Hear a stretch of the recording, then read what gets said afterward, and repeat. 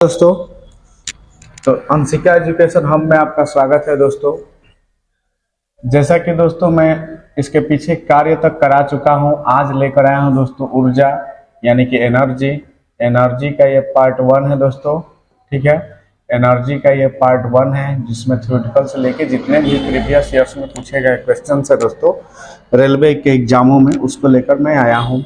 इसके आगे ऊर्जा के सभी वो क्वेश्चन हम लोग टोटली अटेम्प्ट करेंगे, जितना कि प्रीवियस एग्जामों में दिया है उसे एक्स्ट्रा भी करेंगे दोस्तों, जो आगामी एग्जाम में आ सकता है। ठीक है दोस्तों, तो चलिए पहले क्वेश्चन पे चलते हैं। क्वेश्चन का क्या रहा कि ऊर्जा संरक्षण के सिद्धांत के संबंध में कौन सा कथन सही है। देखिए, आपको पूछ रहे हैं कौन सा कथन सही है, तो कह रहे कि ऊर्जा को केवल निर्माण किया जा सकता है, ऊर्जा को केवल नष्ट तो किया ही नहीं जा सकता है। अगर ऊर्जा का निर्माण किया जाता है और इसे नष्ट भी किया जाता है, बिल्कुल नहीं, ये भी नहीं। और करें कि ऊर्जा का न तो निर्माण किया जा सकता है और न ही इसे नष्ट किया जा सकता है। बिल्कुल, ऊर्जा का ना हम निर्माण कर सकते हैं और ना ही नष्ट कर सकते हैं। ठीक है दोस्तों, ये ऊर्जा संरक्षण के सिद्धांत के अनुसार बताया गया है। किसके अनुसार? तो ऊर्जा संरक्षण के सिद्धांत के अनुसार ऊर्जा न तो निर्माण किया जा सकता है और न ही नष्ट किया जा सकता है। तो इसका किया जा सकता है दोस्तों, तो एक रूप से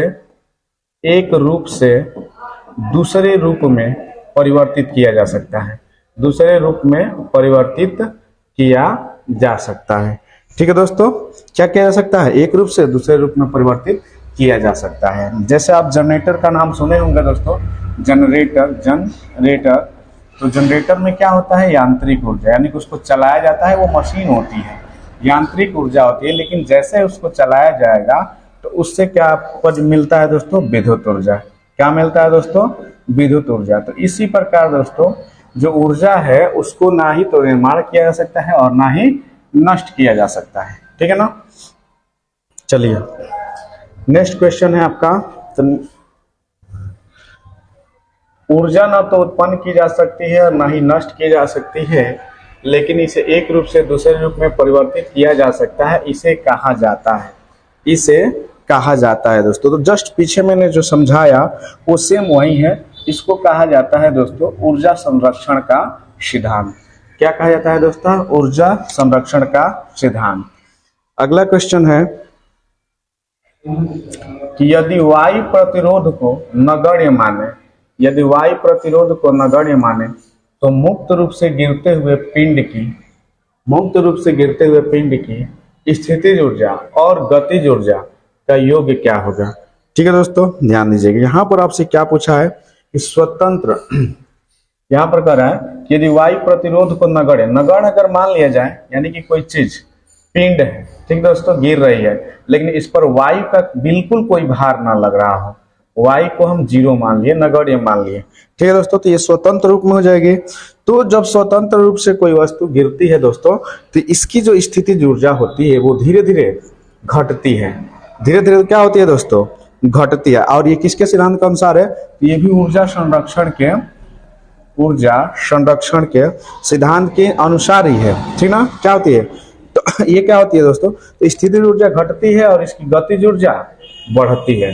गतिज ऊर्जा क्या होती है दोस्तों? बढ़ती है। जो गतिज ऊर्जा होगी वो क्या हो जाती है? गतिज ऊर्जा में, माने कि स्थितिज ऊर्जा इसकी गतिज ऊर्जा में क्या होती है? परिवर्तित होती है। ठीक ना। और किसी भी, अब ये क्या होगा कि जब ये आएगा, जब एक ऐसी स्थिति आएगी कि गतिज ऊर्जा और जो स्थितिज ऊर्जा है वो गतिज ऊर्जा के बराबर हो जाएगी और लगातार ऐसे चलता रहेगा। तो इस कंडीशन में दोस्तों जो योग होगा आपका स्थितिज ऊर्जा और गतिज ऊर्जा का, वो स्थिर हो जाता है। क्या हो जाता है? स्थिर हो जाता है दोस्तों। ठीक है ना। तो याद रखिएगा, किसी भी बिंदु पर गतिज ऊर्जा और स्थितिज ऊर्जा का योग सदैव ही, स्थितिज ऊर्जा और गतिज ऊर्जा का योग सदैव ही स्थिर रहता है।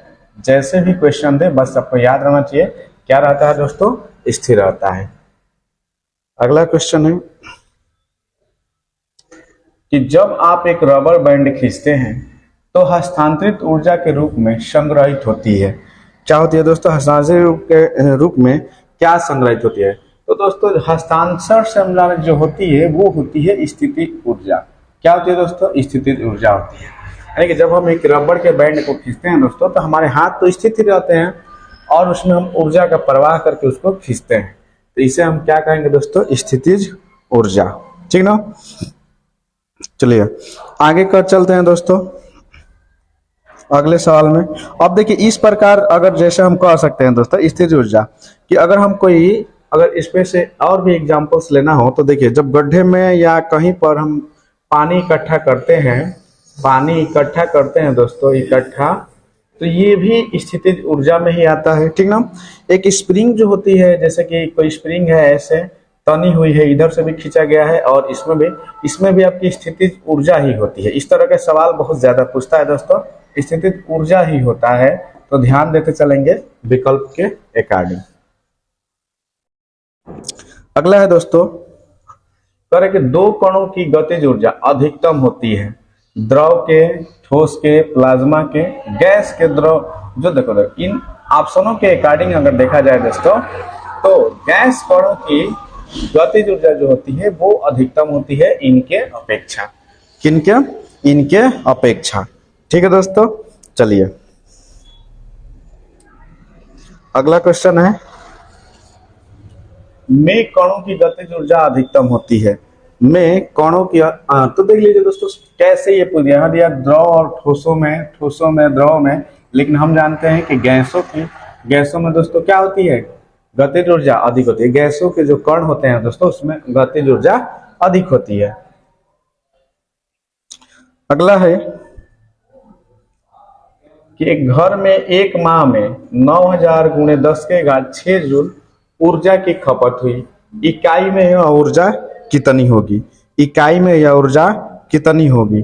ठीक है दोस्तों, तो हम जानते हैं दोस्तों कि एक यूनिट बराबर दोस्तों आपका होता है 1 किलो वाट घंटा। 1 किलो वाट घंटा, जिसको अगर हम जूल में बदले दोस्तों तो 3.6 गुणे 10 के घात 6 जूल होता है। यही होता है दोस्तों। अब क्या करेंगे कि हमसे ये एक माह पूछा है, तो हमसे पूछ रहे हैं कि इकाई में यह, इकाई मतलब कि एक दिन में यह ऊर्जा कितनी होती है, तो भाग दे देंगे इकाई के निकालने के लिए। ये एक महीना का है, कितना? 900 मल्टीप्लाई 10 के पावर 6 जूल अपान में 3.6 10 के पावर 6 जूल। जूल से जूल कैंसिल, इससे ये कैंसिल। ठीक है दोस्तों, अब गुणा भाग कर लेंगे, तो इस पे एक दशमलव हटाएंगे यहाँ से, तो ऊपर क्या हो जाएगा? 9000। अब बट्टे में ये क्या हो जाएगा दोस्तों? 36। अब काट सकते हैं ना, 9 चौका 36, 4 बार में इसे काट लेंगे तो ये 1000 हो जाएगा। 1000 से 9 बार में, 9 चौके 36, यानी कि 4 से काट देंगे तो 250 यूनिट आ जाएगा दोस्तों। एक दिन में इनके घर में कितनी खपत होती होगी? 250 यूनिट। ठीक है दोस्तों, तो इसका राइट आंसर क्या दिया है? ये 250 यूनिट, डी ऑप्शन सही है। ठीक है ना दोस्तों, ऐसे ही सवाल देगा और इसको हमें हल करना है। अगला है, पवन चक्की पवन की किस ऊर्जा का उपयोग करती है? ठीक है दोस्तों, जो पवन चक्की होती है वो पवन की किस ऊर्जा का उपयोग करती है? तो देखिए ये वायु की गति लेकर चलती है, इसलिए ये गतिज ऊर्जा का वहन करती है। ठीक है ना दोस्तों, किसका? वायु के गति से ये चलती है, इसलिए गतिज ऊर्जा का वहन करती है। आगे कर रहा है दोस्तों कि जब एक संपीड़ित स्प्रिंग को छोड़ा जाता है, संपीड़ित मतलब कि कोई स्प्रिंग है और इसको एकदम दबा दबा के एकदम कंप्रेस किया गया, इधर से भी बल लगा के और इधर से भी फोर्स लगा के। अब अचानक इस फोर्स को हमने क्या कर दिया? छोड़ दिया। तो छोड़ दिया जाता है तो यह अपने स्थितिज ऊर्जा में, ठीक ना, तो अपने स्थितिज ऊर्जा को किसमें बदल देता है दोस्तों? किसमें बदल देता है? तो जैसे इसको छोड़ेंगे दोस्तों तो ये भागेगा, ये इधर खिंचाव लेगा और ये जितना कंप्रेस हुआ होगा उसके स्थिति के कारण ये खींचेगा, तो ये बदल जाएगा दोस्तों गतिज ऊर्जा में। किसमें बदल जाएगा? गतिज ऊर्जा में बदल जाएगा। ठीक है दोस्तों, गतिज ऊर्जा का जानते ही आप 1/2 mv²। ठीक है ना, ये बदल जाएगा किसमें? गतिज ऊर्जा में। चलिए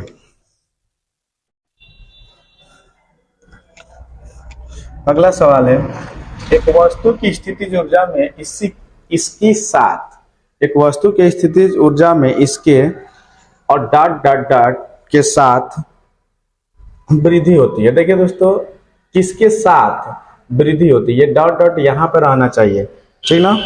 तो दोस्तों जितनी ज्यादा स्थितिज ऊर्जा में क्या होगा, ऊंचाई बढ़ेगी, ठीक ना, उतने ही इसमें क्या होगी, वृद्धि होगी, उतना ही इसमें क्या होगी दोस्तों, वृद्धि होगी, ठीक ना। क्योंकि इसमें क्या हो जाता है, mgh तो स्थितिज ऊर्जा की बात करते हैं, ये स्थित तो अगर ऊंचाई का मान जितना ज्यादा बढ़ेगा उसमें इसके स्थितिज ऊर्जा में क्या होगी, वृद्धि होगी। यानी कि मान 1 लेंगे, 2 लेंगे, 3 लेंगे, 4 लेंगे, ऐसे तो जितना ज्यादा इसका वैल्यू रखेंगे ये इसका मान उतना बढ़ता चला जाएगा। क्योंकि इसमें तो आपका देख लीजिए, द्रव्यमान होता है, गुरुत्व त्वरण होता है, और ये एक, इसको तो बदल नहीं सकते हैं, या तो ये बदल सकते हैं या ये, लेकिन देखिए इसमें कहीं द्रव्यमान दिया नहीं है। अगर द्रव्यमान दिया रहता तो वो भी होता है, ठीक ना दोस्तों, वो भी होता है। यानी कि ऊंचाई और द्रव्यमान को बढ़ाएंगे, ठीक है, तो स्थितिज ऊर्जा में वृद्धि होगी। अगला है कि निम्न में से कौन सी ऊर्जा किसी वस्तु के ऊंचाई के साथ बदलती है। निम्न में से कौन सी ऊर्जा किसी वस्तु के, तो अभी हम लोग पढ़े दोस्तों कि एच बढ़ाएंगे तो हमारी स्थितिज ऊर्जा बढ़ेगी, क्योंकि स्थितिज ऊर्जा mgh, तो एच बढ़ाएंगे दोस्तों तो ये बढ़ेगा। अगला सवाल है, किसी वस्तु द्वारा अपनी स्थिति या आकार लेने के वजह से लगने वाले ऊर्जा को क्या कहते हैं, ठीक ना दोस्तों, लगने वाले ऊर्जा को क्या कहते हैं। तो देखिए अपनी स्थिति और आकार की वजह से जब लेगा दोस्तों तो वो स्थितिज ऊर्जा ही होगा। क्या हो जाएगा दोस्तों, स्थितिज ऊर्जा ही लेगा। देखिए सारे प्रीवियस ईयर्स में पूछे हुए सवाल है दोस्तों, इसको ध्यान से हमें देखना है, सेशन को पूरा देखेंगे तो फायदा होगा। अगला है दोस्तों कि बांध में संग्रहित पानी में कौन सी ऊर्जा होती है। फर्स्ट क्वेश्चन में मैं ये चीज क्या किया था दोस्तों, बताया था कि कहीं पर अगर हम पानी इकट्ठा करते हैं, यानी बांध बनाकर भी पानी इकट्ठा करते हैं इसमें, तो इसमें स्थितिज ऊर्जा ही होती है। कौन सी ऊर्जा होती है दोस्तों, स्थितिज ऊर्जा ही होती है। तो बांध बना के या इकट्ठा करके, क्वेश्चन जैसे भी दे दे हमें भूलना नहीं है, कर लेना है। अगला है, एक गतिशील वस्तु अनिवार्य रूप से क्या प्राप्त कर लेती है। तो दोस्तों जब भी गतिशील की बात कहे तो ये कैसे क्या प्राप्त कर लेती है, गतिज ऊर्जा। कौन सी ऊर्जा दोस्तों, गतिज ऊर्जा। अगला है, एक कार उच्च गति से चल रही है, ये किस ऊर्जा से युक्त है। उच्च गति से मतलब बहुत तेजी से चल रही है दोस्तों। अगर इसमें गति आ गया तो ज्यादा सोचने की जरूरत नहीं है, सीधे गतिज ऊर्जा बता देंगे कि अगर कोई कार तेजी से चल रही है तो उसमें गतिज ऊर्जा है, बिल्कुल, ठीक है। अगला है कि निम्नलिखित में से कौन सी ऊर्जा सदैव धनात्मक होती है दोस्तों। आईएमपी प्रश्न है, ये बहुत बार पूछा गया है, ठीक ना। कौन सी ऊर्जा सबसे ज्यादा धनात्मक होती है दोस्तों, तो याद रखिएगा जो गतिज ऊर्जा होती है ये सदैव धनात्मक होती है, सदैव धनात्मक होती है। स्थितिज ऊर्जा हमारा ऋणात्मक हो सकता है दोस्तों, लेकिन हमारा जो गतिज ऊर्जा होता है ये सदैव धनात्मक होता है। अगला है, देखिए ऊर्जा का व्यावसायिक इकाई क्या है, तो किलोवाट घंटा होता है मेरे भाई, यानी कि ऑप्शन नंबर 1। ऊर्जा का जो खपत होता है, आप लोग के घर में भी बिजली बिल आता होगा तो बता ना, 1 किलोवाट, 2 किलोवाट घंटा। अभी एक क्वेश्चन भी मैं कराया था दोस्तों, तो किलोवाट घंटा होता है ऊर्जा का खपत। आगे ध्यान देंगे दोस्तों, ऊर्जा का जो खपत होता है वो किलोवाट घंटा में होता है, उसमें बता ही दिया दोस्तों। इसके अलावा इसका कैलोरी में भी होता है। सीजीएस प्रणाली में जाएंगे दोस्तों तो देखिए एसआई में जूल भी होता है, ये भी होता है, ठीक ना। और हमारा बिजली का जो व्यय निकालते हैं दोस्तों वो किलोवाट घंटा में भी होता है।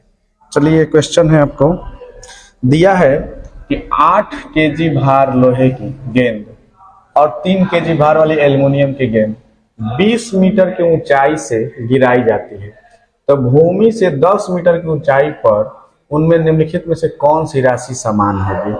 कौन सी राशि समान होगी दोस्तों, ठीक ना। चलिए ध्यान देंगे दोस्तों, ये पर कह रहा है कि M1 दिया है 8 केजी, ठीक ना, और M2 दिया है आपको दोस्तों 3 केजी। कितना केजी, 3 केजी। और यहाँ पर देख रहे हैं कि ये बड़ा है, ये बड़ा है, ठीक ना दोस्तों। अब स्थितिज ऊर्जा की भी बात करें दोस्तों, तो अगर हम इसको निकाल लें 10 मीटर ऊंचाई से, तो ये 810, अगर जी का वैल्यू हम 10 ले दोस्तों तो यहाँ से ये 800 हो जाएगा, 10 मीटर ये ले लें तो 800, और इसको लेना तो दोस्तों 300 जूल हो जाएगा। अगर स्थितिज ऊर्जा कार्य करेगा तो करेगा ना। अब क्या करेंगे दोस्तों, अगर हम लेते हैं अब ऊंचाई से जो मीटर लेते हैं दोस्तों 10 मीटर की ऊंचाई पर, ठीक ना, उनका वेग, तो वेग बराबर अगर हम निकाले दोस्तों v स्क्वायर बराबर u स्क्वायर प्लस 2gh से, ठीक ना। तो यहाँ पर जो हमारा ध्यान दीजिएगा दिया है आपका जो हमारा वेग निकालना है दोस्तों, तो u प्रारंभिक वेग तो 0 है क्योंकि गिराया जा रहा है शून्य से, ठीक ना। और इसमें 2g का मान 10 और h का मान भी हमारा 10 है, ठीक है दोस्तों। तो 10, अगर इसको हम v का मान निकालें यहाँ से तो क्या हो जाएगा 10√2 मीटर प्रति सेकेंड हो जाएगा ना। अब हम लोग इसमें रख लेते हैं दोस्तों, ठीक ना। तो अब देख लीजिए, जब गतिज ऊर्जा और स्थितिज ऊर्जा में समान पूछ रहा है कि कौन सी राशि समान रहेगी, तो दोस्तों इससे अगर हम निकालते हैं तो इसमें भी हमारा क्या हो जाएगा 1/2 mv स्क्वायर 1/2 mv स्क्वायर, ठीक ना। तब भी यही बड़ा आएगा, ठीक। तो इसके अकॉर्डिंग आपका जो त्वरण होगा दोस्तों वो समान रहेगा, ठीक ना, क्योंकि मुक्त रूप में जो भी राशि मुक्त रूप से जब भी कुछ दिखाते हैं दोस्तों तो उसमें त्वरण क्या होता है, समान होता है। चलिए नेक्स्ट क्वेश्चन कह रहा है कि जब दबी सीलिंग की स्प्रिंग को छोड़ा जाता है तो वह स्थितिज ऊर्जा को बदल देता है। दोस्तों सिंपल सा सवाल था, किसमें बदल देता है, इसका ऑप्शन आप लोग बता दीजिएगा, कमेंट बॉक्स में आंसर दीजिएगा, एकदम बिल्कुल कमेंट बॉक्स में इसका आंसर आना चाहिए। अगला सवाल है दोस्तों, एक संपीड़ित स्प्रिंग में होती है, जब वो संपीड़ित है यानी कि जब उस स्प्रिंग को हम लोग दबा के रखें, ठीक ना दोस्तों, तो इसमें क्या होती है, ठीक ना। तो जब वो संपीड़ित है छोड़ा जाएगा तब गतिज में आएगा, उस समय वो स्थितिज ऊर्जा में होगी। जब संपीड़ित है तो किस में होगी, स्थितिज ऊर्जा में होगी। अगला है किसके अनुरूप वस्तु की गतिज ऊर्जा में वृद्धि होती है, किसके अनुरूप। तो देख लीजिए हमने क्या बताया था mv स्क्वायर, क्या दिया है जी दोस्तों mv स्क्वायर ना। तो देखिए v का वैल्यू अगर 2 है तो 2 दूनी के 4, यानी कि m से भी ज्यादा v से होगा, तो इसका राइट आंसर क्या हो जाएगा दोस्तों, देखिए 1/2 mv स्क्वायर होता है गतिज ऊर्जा का, तो v स्क्वायर में दिया है दोस्तों, अगर 10 भी दिया रहे, अगर ये 10 दिया रहे तो इसका वैल्यू तो 100 हो जाएगा ना। तो यानी कि v गति के अकॉर्डिंग, अगर द्रव्यमान भी दिया है गति भी दिया है तो इसमें हम गति मारेंगे, अगर गति नहीं रहता तो द्रव्यमान मारेंगे। अगला सवाल है दोस्तों, गतिशील वस्तु गतिज ऊर्जा किस पर निर्भर करती है, ठीक ना, किस पर निर्भर करती है, ठीक है दोस्तों। तो देख लीजिए सिंपल से बात करते हैं 1/2 mv स्क्वायर, यानी कि ये हमारा क्या है द्रव्यमान और ये हो गया गति, यानी कि जिसमें द्रव्यमान और गति हो ये आपका कौन सा है, डी ऑप्शन वेग, यानी गति चाहिए चाहे वेग चाहिए, ठीक है। तो इसका राइट आंसर क्या हो जाएगा दोस्तों, द्रव्यमान और वेग। जो गतिज ऊर्जा होती है हमारा वो निर्भर करती है द्रव्यमान और वेग पे। अगला है दोस्तों, किसी जल विद्युत गृह में विद्युत ऊर्जा में परिवर्तित होने वाली ऊर्जा कौन सी होती है, ठीक ना, विद्युत ऊर्जा में परिवर्तित। तो देखिए दोस्तों जल विद्युत में हम लोग टरबाइन को चलाते हैं, टरबाइन को दोस्तों क्या करते हैं, चलाते हैं, उस पर पानी गिराकर, तो ये गति में होती है, इसलिए इसमें कौन सी ऊर्जा आ जाएगी, गतिज ऊर्जा आ जाएगी, ठीक ना दोस्तों, क्या आ जाएगी, गतिज ऊर्जा आ जाएगी।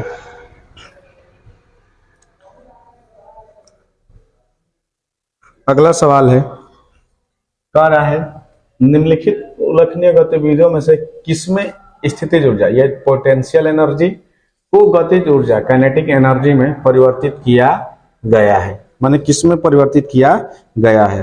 तो ध्यान दीजिएगा, कर एक पटाखे का विस्फोट बिल्कुल नहीं, एक टॉर्च का ऑन करना नहीं, एक टॉर्च का ऑफ करना नहीं, एक पेंडुलम का झूलना बिल्कुल। देखिए स्थितिज रहेगा, जैसे 12 बजा पेंडुलम महाराज हियावा से हियावा लगे घूमने ना जी। तो ये कहा जा सकता है कि एक पेंडुलम का झूलना जो है स्थितिज ऊर्जा को गतिज ऊर्जा में परिवर्तित किया जा सकता है। इस स्थिति में वो पेंडुलम ऐसा खड़ा रहा, जैसे टाइमिंग बजा, इसको हम झुला सकते हैं। अगला है यदि एक वस्तु का संवेग 3 गुना कर दिया जाए तो इसकी गतिज ऊर्जा होगी। यदि इस किसी वस्तु का संवेग कितना गुना कर दिया जाए, 3 गुना कर दिया जाए, तो देखिए अगर हम बात करें दोस्तों गतिज ऊर्जा में, तो काइनेटिक एनर्जी बराबर संवेग में संबंध होता है पी स्क्वायर बटा में 2m, ठीक ना। तो कह रहे कि संवेग को 3 गुना कर दिया जाए, क्या कर दिया जाए, संवेग को 3 गुना कर दिया जाए। तो हम मान लेते हैं दोस्तों 2p बराबर, p जो था हमारा 3p का स्क्वायर अब बाटा में 2m, इसको हल करेंगे तो 9p का स्क्वायर अब बाटा में 2m, ठीक ना। अब इसी से क्या कर लें दोस्तों, हम लोग तुलना कर लें, कितना कर लें, तुलना कर लें, क्या है ये k1 वाला, तो p स्क्वायर बटा में 2m बराबर 9p स्क्वायर बटा में 2m, इससे ये कट जाएगा, p से p कट जाएगा, इसके तुलना में ये कई गुना हो गया दोस्तों, इसके तुलना में कितना हो गया, 9 गुना, कितना हो गया दोस्तों, 9 गुना। ये क्या कह रहा है, इसमें क्या कह रहा है दोस्तों कि मूल मान का 3 गुना नहीं, अपरिवर्तित रहे कि मूल मान का 9 गुना, ये इसका राइट आंसर सी हो जाएगा। कई गुना हो जाएगा दोस्तों, 9 गुना हो जाएगा, ठीक है ना। अगला सवाल है, ऊपर उठाए गए हथौड़े के पास क्या होता है। अगर ऊपर उठाकर अगर हम दोस्तों हथौड़ा रखे हैं तो ये तो हमारा स्थितिज ऊर्जा ही होगा, ठीक है, क्या होगा, स्थितिज ऊर्जा ही होगा। अगला क्वेश्चन है, यांत्रिक ऊर्जा गतिज ऊर्जा और का संयोग होता है। भाई यांत्रिक ऊर्जा गतिज ऊर्जा और किसका संयोग होता है भाई, तो देखिए यांत्रिक ऊर्जा गतिज ऊर्जा और स्थितिज ऊर्जा का संयोग होता है, किसका, स्थितिज ऊर्जा का, किसका, स्थितिज ऊर्जा का, ठीक ना। तो इसमें आपका राइट आंसर हो जाएगा सी, ठीक ना। यांत्रिक ऊर्जा हमेशा गतिज ऊर्जा और स्थितिज ऊर्जा दोनों के योग से बनता है दोस्तों, ठीक ना। इसीलिए इसको क्या कहते हैं दोस्तों, मैकेनिकल एनर्जी। ध्यान दीजिएगा बराबर आपका हो जाएगा kinetic energy plus potential energy, ठीक है ना, याद रखिएगा, ये पूछा जा गया है। आज दोनों का जो एसआई मात्रक होता है दोस्तों वो जूल ही होता है, ठीक है। आज का सेशन का लास्ट सवाल दोस्तों, अगले सेशन में हम लोग फिर मिलेंगे। हमारा वीडियो कैसा लगा कमेंट बॉक्स में जरूर बताइएगा। यदि एक वस्तु का वेग उसके प्रारंभिक वेग का 2 गुना हो जाता है तब इसकी गतिज ऊर्जा इसकी प्रारंभिक गतिज ऊर्जा के कितना गुना, ठीक है दोस्तों, n गुना, प्रारंभिक ना के n गुना हो जाती है, यहाँ पर लिख लीजिए n गुना हो जाती है। तो n का मान ज्ञात करना है, क्या ज्ञात करना है दोस्तों, n का मान ज्ञात करना है। अब दोस्तों हम लोग देख लेंगे कि जो गतिज ऊर्जा थी हमारी काइनेटिक एनर्जी, वो क्या होता है 1/2 mv स्क्वायर, प्रारंभिक वेग को 2 गुना कर दिया। दूसरा कंडीशन में कह रहा है कि जो हमारा वेग है दोस्तों, ठीक ना, इस काइनेटिक एनर्जी में n गुना हो जाता है, ये काइनेटिक एनर्जी है। कब, जब हम इसका वेगवा को 2 भी स्क्वायर कर देते हैं तब, ठीक है ना, ध्यान दीजिएगा। अब देख लीजिए n बराबर n के ई बराबर 1/2, ठीक है ना। इसको कर लेंगे दोस्तों, देखिए इसका हम तुलना करते हैं किससे, इसका और इसका तुलना कर लिए जाए, ठीक ना, काइनेटिक एनर्जी। अगर हम दोस्तों यहाँ से 2 कॉमन ले लें, चलिए एक बार हल करते हैं, 2m ये हो जाएगा इंटू 4 इंटू वी स्क्वायर, यही ना हो जाएगा, क्या हो जाएगा 2 इंटू 4 स्क्वायर। अब हम बात करें दोस्तों कि काइनेटिक एनर्जी बराबर 1/2m वी स्क्वायर को भी हम क्या लिख सकते हैं, काइनेटिक एनर्जी ही इंटू 4। काइनेटिक एनर्जी से काइनेटिक एनर्जी कैंसिल, n का मान क्या आ जाएगा दोस्तों 4, ये कई गुना हो जाएगा, n का मान कितना गुना हो जाएगा भाई, 4 गुना, n का मान कितना गुना हो जाएगा, 4 गुना। देख लीजिए एक बार और से समझ लीजिए, यहाँ पर देखिए ये हमारा होता है, ये कहा है कि अगर इसके वेग को हम 2 गुना कर दिया जाए तो हमारी एनर्जी कितनी गुनी हो जाएगी, यहाँ पर दिया है कि n गुनी हो जाती है, तो उसी n का मान निकालना है। तो हम जानते हैं ना मेरे भाई कि n गुना कर दिए, कब, ये वर्ग कर दिए, इसको हल कर दिए दोस्तों, तो n इंटू के ई। अब यहाँ पर हमारा निकल रहा है क्या, 1/2 m into V square into 4, या 4 को हम आगे भी कर सकते हैं, तो ऐसे भी कर सकते हैं 1/2 mv स्क्वायर इंटू 4। इसके जगह पे हम क्या लिख सकते थे दोस्तों, के ई काइनेटिक एनर्जी, के ई आई इंटू 4। अब यहाँ से जो हमारा के ई है, के ई से के ई कैंसिल, तो एन से तुलना कर देंगे तो कितना गुना, 4 गुना। यदि हमारा सेशन आपको अच्छा लगता है दोस्तों तो लाइक कमेंट जरूर कीजिएगा, अपने दोस्तों में शेयर कीजिएगा। आगे मैं आप लोग को इस तरह के वीडियो लेकर आता रहूंगा। जय हिंद, जय भारत।